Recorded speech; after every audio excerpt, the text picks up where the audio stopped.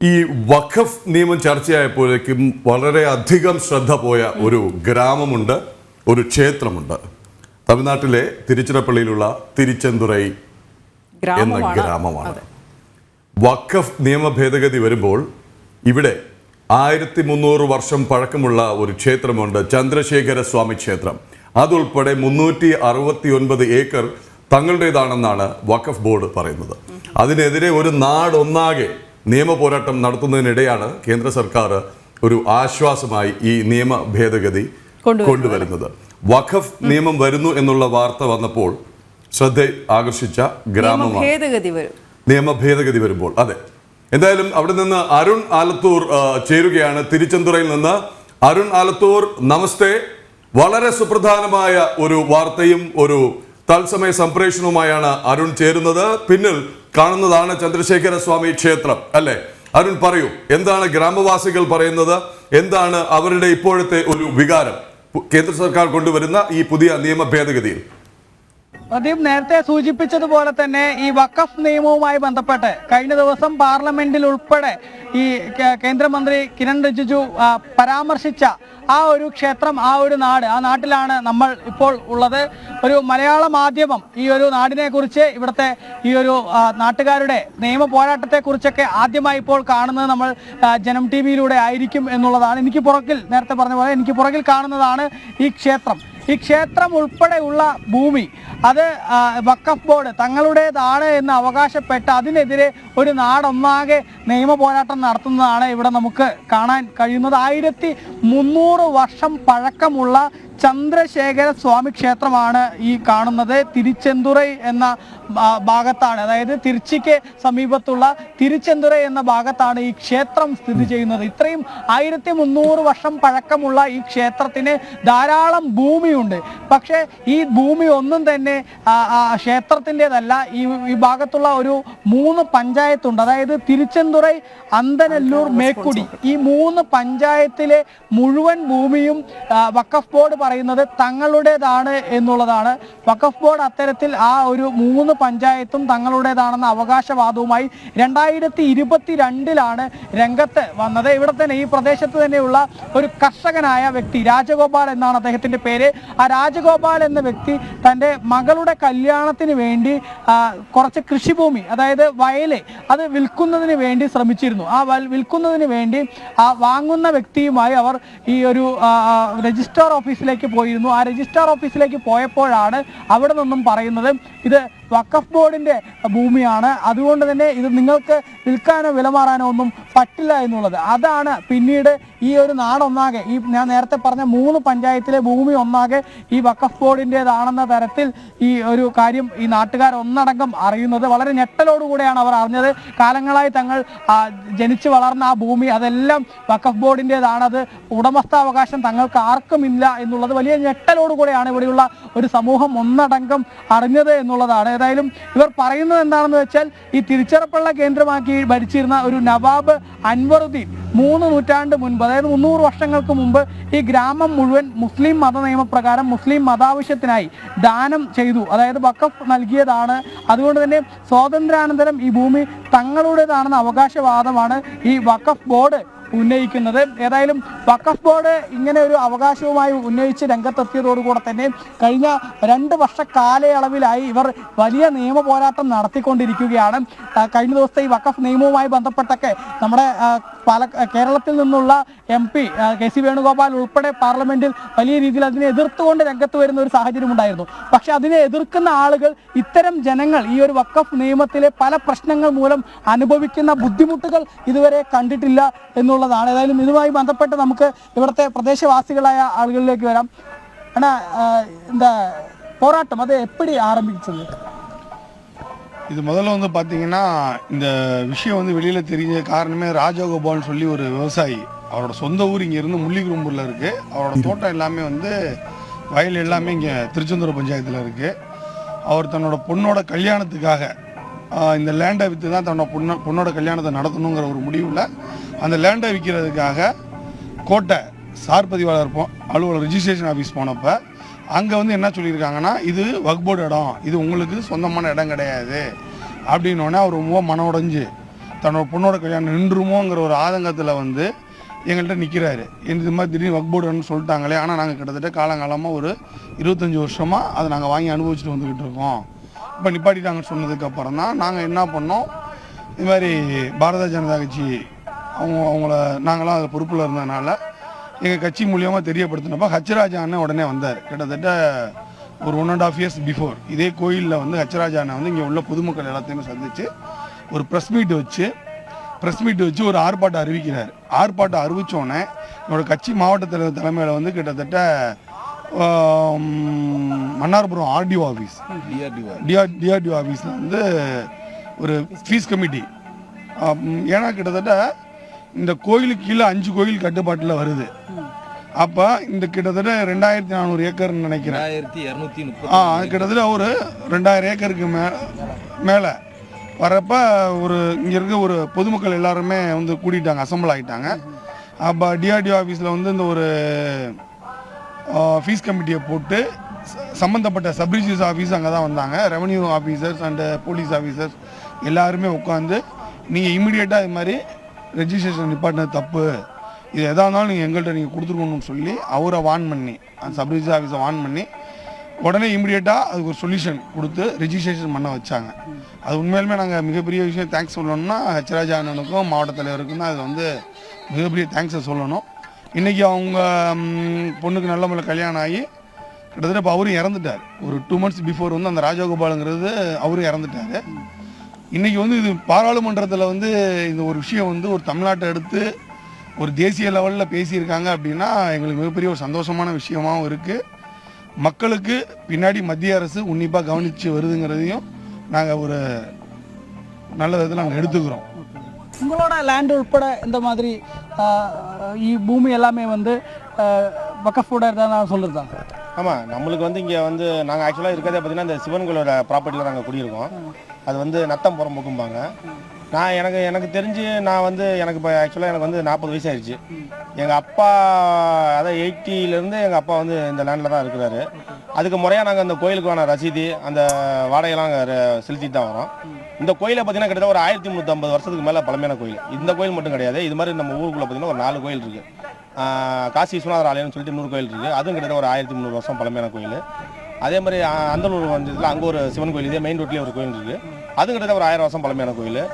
உள்ள கற்பூர்னு ஒரு ஏரியா இருக்குது, அங்கேயும் ஒரு சிவன் கோயில் இருக்குது. அது பார்த்தீங்கன்னா ரொம்ப சிதலம் முடிஞ்சு கிடைக்கும். அந்த கோயில் ரொம்ப அதுவும் ஒரு 1000 வருஷத்துக்கு முன்னாடியான கோயில். இப்போ இந்த இருக்கிற இந்த கோயில் இவ்வளோ பழமையான கோயில் இருக்கிற ஏரியா எல்லாமே பார்த்தீங்கன்னா இப்போ என்னன்னு சொல்லிட்டாங்கன்னா வக்ஃப் போர்டுக்கு சொந்தமான இடம் அப்படின்னு அவங்க கிளைம் பண்ணிட்டாங்க. ஒரு 1.5 வருஷத்துக்கு முன்னாடி இது மாதிரி பிரச்சனை ஆனோன்னா அது பெரிய இஷ்யூ ஆகிடுச்சு.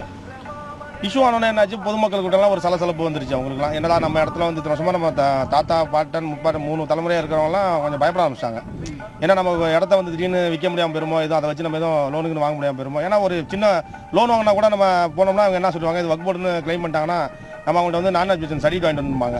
லேண்டோட ரேட் வர பாதிக்கப்படுது, ரேட்டு ரொம்ப பாதிச்சிடும், யாருமே வாங்க மாட்டாங்க. ஏன்னா வக்ஃப் போர்டுக்கு சொந்தமான இடத்த எப்படி வாங்க முடியும்? அவன் காசு போட்டு கூட கொடுத்து வாங்கினோம்னா என்ன பண்ணுவோம், வக்ஃப் போர்டுன்னு கிளைம் பண்ணோன்னா அவன் வாங்கின ரேட்டில் பாதி கூட விற்க முடியாது. அந்த மாதிரி சூழ்நிலை வந்துருச்சு. அப்புறம் இது பெரிய இஷ்யூ ஆனோன்னா இங்கே ஊர் மக்கள் எல்லாம் கொஞ்சம் செலவு பைய. அப்புறம் நம்ம இந்த பிஜேபி சார்பாக என்ன பண்ணாங்க, பிஜேபி இந்து முன்னணி சங் பரிவார அமைப்பெல்லாம் சேர்ந்து ஒரு பெரிய லெவலில் RSS எல்லாம் சேர்ந்து ஒரு ஆர்ப்பாட்டத்தை அறிவித்தோம். அதுக்கு வந்து ஹெச்ராஜா அண்ணன் வந்தார். வந்து இங்கே வந்து ஒரு ப்ரெஸ் மீட் வச்சு இந்த மாதிரி இஷ்யூ அவர் எடுத்து பேசணும். அப்படி டேக்கப் பண்ணுறது இல்லையா? ஆமாம், அப்படி இந்த இடத்துல எவ்வளோ ஆளுங்க இதை பாதிக்கப்பட்டதா இருக்குதுங்க. அவங்க எல்லாம் மக்கள் எல்லாமே எந்த மாதிரி சாதாரணக்காரான மக்கள் எல்லாமே இந்த ஊரில் விவசாயம் பண்ணுறவங்க தான். கிட்டத்தட்ட இதனால பாதிக்கப்பட்டது அவங்க பாதிக்கப்பட்டது கடியாக்குறிச்சின்னு ஒரு கிராமம், மேக்குடி கிராமத்தையும் திருச்செந்தூர் கிராமத்துன்னு 2 கிராமம் பாதிக்கப்பட்டுச்சு. கிட்டத்தட்ட கோடி ரூபாய்க்கு மேலே ஏக்கர் விற்றுக்கிட்டு இருந்துச்சு, 1 கோடி ரூபாய்க்கு மேலே விற்றுக்கிட்டு இருந்துச்சு. இந்த வப்போட பிரச்சனைனால பார்த்தீங்கன்னா 30 லட்சம் 40 லட்சம் அது வாங்கவும் ஆள் இல்லை. மக்கள் இதனால் ரொம்பவும் பாதிக்கப்படுறாங்க. அது இல்லாமல் இந்த ஊருக்கே ஒரு அவப்பேர் ஏற்படுத்துகிற மாதிரி இந்த வப்போடு ஏற்படுத்திருச்சு. இது முஸ்லீமோட இடம் அப்படின்ட்டு. கிட்டத்தட்ட இந்த 5 கோயிலுக்கும் சேர்ந்து இந்த சந்திரசேகர் ஆலயத்தோட சேர்ந்து துணை கோயில் 5 கோயில் இருக்குது. இந்த 5 கோயிலுக்கும் 2234 ஏக்கர் இருக்குது. இப்போ இந்த கிராமமே கோயிலோட சொத்து தான். கிட்டத்தட்ட 90% இடம் இந்த கிராமமே கோயிலோட சொத்து தான். இந்த கோயில் இது எல்லாமே சேர்ந்து இந்த கிராமத்தில் மீதி உள்ள பட்டாவுல இடம், விவசாய இடம், மீதி எல்லா இடமும் வந்து இது மாதிரி போகும். நிறைய பேர் மன உளைச்சல். இந்த ஊரில் வந்து கிட்டத்தட்ட 2022 அவங்க அந்த வப்போர்டில் அறிவிச்சாங்க. அறிவிச்சதுக்கப்புறம் இந்த ஊரில் யாருமே இடம் வாங்கவே இல்லை. இந்த திருச்செந்தூர கிராமத்திலும் சரி கடியாக்குறிச்சி கிராமத்தில் இப்பவும் வாங்கவே இல்லை. இப்போ நேற்று நடந்த அந்த பாராளுமன்றத்தில் இது பட்ஜெட் இது பண்ணதுக்கு அப்புறம் இது இனிமேற்பட்டு மக்கள் வந்து நாங்கள் கொஞ்சம் சந்தோஷமா இருக்கோம். இனிமேற்பட்டு இந்த இடம் விற்கி இந்த ஊரில் வந்து அந்த மாற்றங்கள் பேரும் மக்கள் வந்து ஹிந்துஸ் மட்டும்தானா இல்லை எல்லா முஸ்லீம்ஸ் எல்லாருமே இருக்குதா? இங்கே வந்து பார்த்தீங்கன்னா 95% வந்து இங்கே வந்து ஹிந்துஸ் தான். முஸ்லீம்ல பார்த்தீங்கன்னா திருச்செந்தூர கிராமத்தில் மொத்தத்துக்குமே வந்து பார்த்தீங்கன்னா 21 தலைக்கட்டு தான் இருக்காங்க. அப்படின்னா ஒரு 50 பேருக்கு அவரும் பாதிக்கப்படும் இல்லையா? ஆமாம், அவங்களும் பாதிக்கப்படுறாங்க. அவங்களுக்கு முஸ்லீம்கள் அனைவருமே ஒவ்வொரு இடத்துல இது கோயில் இடத்துல தான் இருக்கிறாங்க. അവങ്ങളും കോയിൽ എടുത്തതാണ് ഇറക്കാங்க. അവங்களுக்கு എന്താ ബാധിപ്പ് ഇருக்கு. അത് തന്നെയാണ്. ഏതായാലും ഇവരുടെ ഈ ഒരു വാക്കുകൾ വളരെ ശ്രദ്ധേയമാണ്. കാരണം ഈ ഒരു കഴിഞ്ഞ 2 വർഷ കാലയളവിൽ ഈ 2022 വഖഫ് ബോർഡ് ഇത് തങ്ങളുടെ ഭൂമിയാണെന്ന അവകാശവാദവുമായി രംഗത്തെത്തിയത്. ആ 2022 മുതൽ ഇത്ര വരെ ഈ 2024 വരെയുള്ള ഈ കാലയളവിൽ 2 വർഷ കാലയളവിൽ വലിയ ബുദ്ധിമുട്ട് ഇപ്പോൾ ഈ നാടൊന്നാകെ അനുഭവിച്ചുകൊണ്ടിരിക്കുകയാണെന്നാണ് പറയുന്നത്. കാരണം ഒരു ഏക്കറിന് 2 കോടി രൂപ വരെ വില ഈ ഇവിടുത്തെ ഭൂമിക്ക് ലഭിച്ചിരുന്നു. പക്ഷേ ഇപ്പോൾ അത് വളരെ വില കുറഞ്ഞിരിക്കുന്നു. ആരും വാങ്ങാൻ പോലും വരുന്നില്ല. കാരണം ഇങ്ങനെ കേസും മറ്റുമൊക്കെ നടക്കുന്നു, പോരാട്ടങ്ങളൊക്കെ നടക്കുന്നു എന്നുള്ളത് കൊണ്ട് തന്നെ ആരും വാങ്ങാൻ വരുന്നില്ല. എവിടെയെങ്കിലും ബാങ്കിൽ കൊണ്ടുപോയി ഒരു ഭൂമി പണയം വെച്ച് ലോൺ എടുക്കാനാണെങ്കിൽ, വായ്പ എടുക്കാനായി ശ്രമിക്കുകയാണെങ്കിൽ അതുപോലും തങ്ങൾക്ക് ലഭിക്കുന്നില്ല. ആരുടെങ്കിലും മക്കളുടെ കല്യാണത്തിനോ മറ്റു ആവശ്യങ്ങൾക്കൊക്കെയായി ഈ ലോണിനും മറ്റും ശ്രമിക്കുകയാണെങ്കിൽ അതിനൊന്നും സാധിക്കാത്ത ഒരു സാഹചര്യമുണ്ട് എന്നുള്ളതാണ്. മാത്രമല്ല കഴിഞ്ഞ ദിവസം പാർലമെന്റിൽ കേന്ദ്രമന്ത്രി തന്നെ പറഞ്ഞിരുന്നു ഇതൊരിക്കലും മുസ്ലിം വിരുദ്ധമല്ല ഈ വഖഫ് നിയമ ഭേദഗതി എന്നുള്ളത്. അതിനൊരു ഉത്തമ ഉദാഹരണം കൂടെയാണ് ഇവർ പറഞ്ഞ ഈ വാക്കുകൾ. കാരണം ഇവിടെ ഇത് ബാധിക്കുന്നത് ഈ ഹിന്ദു സമൂഹത്തെ മാത്രമല്ല, ഇവിടെയും മുസ്ലിംസ് ഉണ്ട്. ആ മുസ്ലിം സമുദായത്തിലുള്ള ആളുകൾക്ക് ഉൾപ്പെടെ ഇത് ബാധിക്കുന്നു. അവരുടെ ഭൂമി ഉൾപ്പെടെ അവർക്ക് വിൽക്കാനോ മറ്റോ ഒന്നും കഴിയാത്ത ഒരു സ്ഥിതി ഈ ഒരു സാഹചര്യത്തിൽ ഈ ഒരു നാട്ടിൽ ഉണ്ട് എന്നുള്ളതാണ് ഇവർ പറയുന്നത്. ഏതായാലും ഈ ഭാഗത്ത് ഇവരുടെ ഒരു പോരാട്ടം ഇപ്പോഴും തുടർന്നുകൊണ്ടിരിക്കുകയാണ്. കോടതിയിൽ കേസ് ഉൾപ്പെടെ തുടരുന്ന ഒരു സാഹചര്യമുണ്ട്. അതേസമയം തന്നെ ഈ നാട്ടിൽ ഈ നേരത്തെ പറഞ്ഞ 3 പഞ്ചായത്തുകൾ, ഈ 3 പഞ്ചായത്തുകളിലെ ഇത്രയേറെ ജനങ്ങൾ കഴിഞ്ഞ 2 വർഷ കാലയളവിലായി വലിയ ദുരിതം തന്നെയാണ് ഈ ഒരു വഖഫ് നിയമത്തിലെ വഖഫിന്റെ ആ ഒരു തങ്ങളുടേതാണ് ഈ ഭൂമി എന്ന അവകാശവാദം ഉന്നയിച്ചതോടുകൂടെ തന്നെ വലിയ ദുരിതമാണ് തങ്ങൾ അനുഭവിച്ചുകൊണ്ടിരിക്കുന്നത് എന്നുള്ളതാണ് ഇവർ വ്യക്തമാക്കുന്നത്. ഏതായാലും ഇവരുടെ ഇനി നാട്ടിലെ ഒരുപാട് ആളുകളുടെ പ്രതികരണം നമുക്ക് അറിയേണ്ടതുണ്ട്. ഇതിനുവേണ്ടി നിയമ പോരാട്ടം നടത്തിയ വ്യക്തികളെ കുറിച്ച് അറിയേണ്ടതുണ്ട്.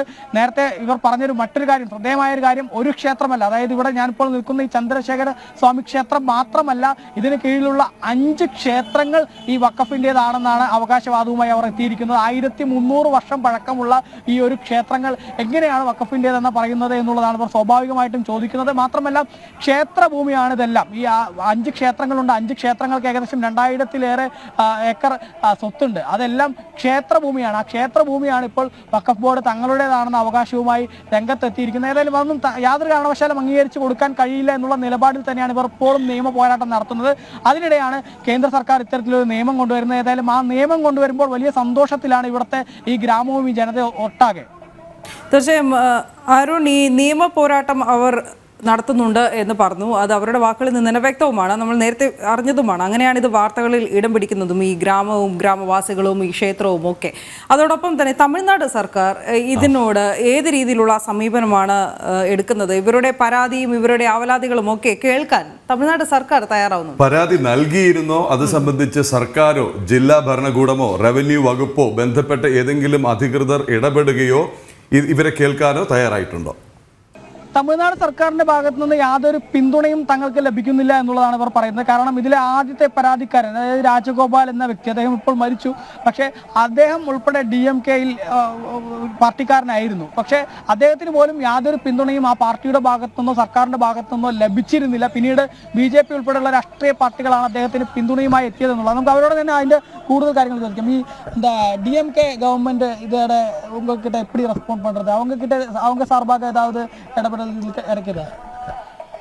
இல்லை, இதில் வந்து இந்த கிட்டத்தட்ட இந்த ப்ராப்ளமே வந்து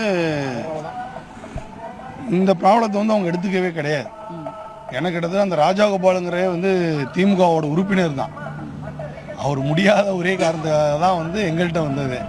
ஏன்னா நல்லாவே தெரியும் அவங்க வந்து பாரம்பரியமாக திமுக குடும்பம். அவர் வந்து நீங்கள் எடுத்து கொடுங்கன்னு சொன்னதுக்கப்புறம் தான் இந்த விஷயம் வெளியில் வந்ததே அவரால் தான். அவர் ரெஜிஸ்டர் ஆஃபீஸ் போகலை அப்படின்னா வக்ஃப் போர்டு இடங்கிறது எங்கள் யாருக்குமே தெரிஞ்சிருக்கா, நாங்கள் அப்படியே நின்றுக்க வேண்டியதான். இல்லை, இதில் மிகப்பெரிய விஷயம் தவறாக செஞ்ச ஒரு விஷயம் என்னன்னா, ஒரே நாளில் எந்த விதமான அறிவிப்புமே எதுவுமே இல்லாமல் ஒரே நாளில் இந்த திருச்சியில் தமிழ்நாடு முழுவதுமே 369 பக்கம் வப்போர்டு வந்து தாக்கல் பண்ணியிருந்தாங்க. இதெல்லாம் வந்து இந்த எங்களோட ஆளுமையில ப்ராப்பர்ட்டின்னு தாக்கல் பண்ணாங்க.